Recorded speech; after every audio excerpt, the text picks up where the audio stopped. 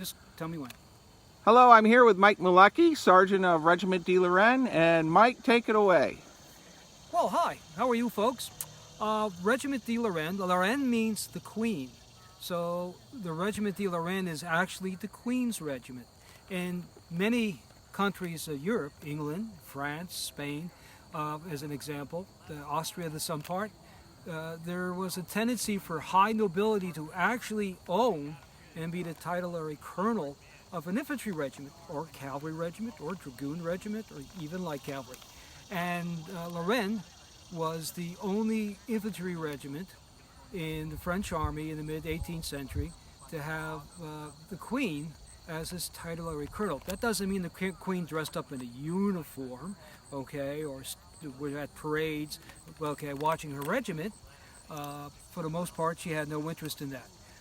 So, but we were technically belonging to her, and we fought throughout all the major battles of the 18th century.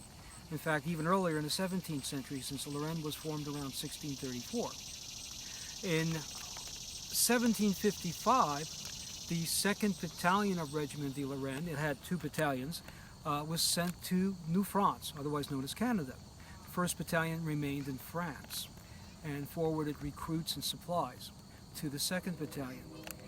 In New France, Lorraine fought in nearly all the major and many of the minor skirmishes of the French and Indian War.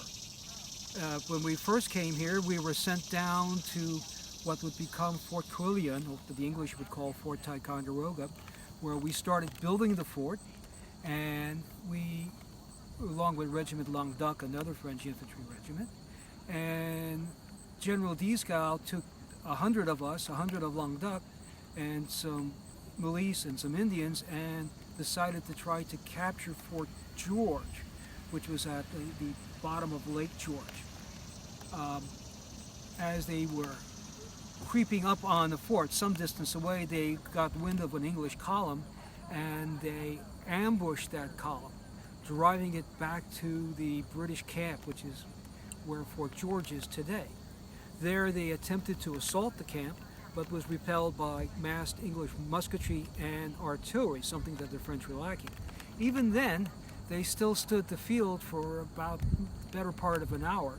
General Dieskau was wounded and would eventually be captured, and Lorraine, that force of Lorraine eventually made it back to Fort Quillion, with missing about almost half its contingent.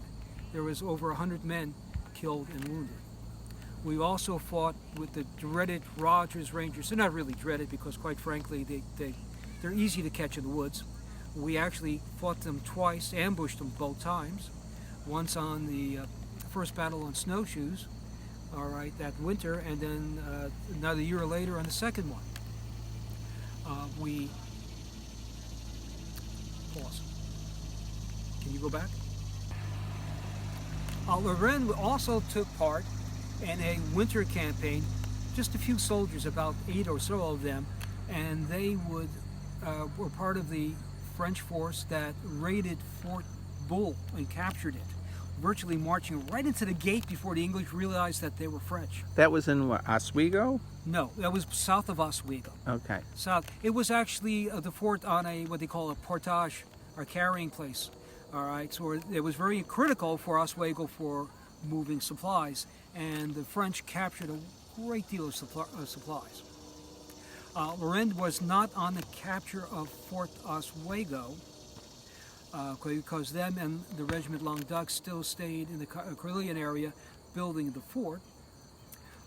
They took part in the 2nd battle on snowshoes, where Rogers' force had ambushed a party of French Indians and were virtually at the point of massacring them when the French sent reinforcements from Fort Ticonderoga, or Quillion, and rescued the Indians. Let me see, the next thing, pause.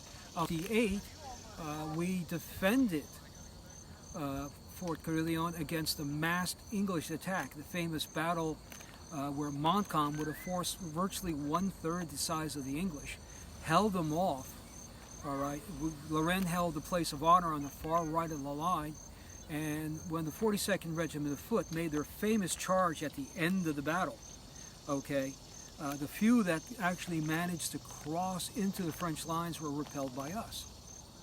Wow. Did you know? Yeah. Well, Okay. that's amazing. Now, Lorraine did not take part in the campaign that captured Quebec in 1759.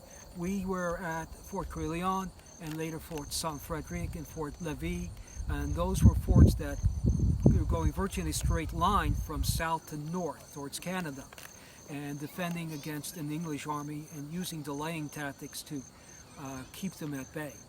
Finally, in 1760, the French decided that they were going to make an assault and try to recapture Quebec.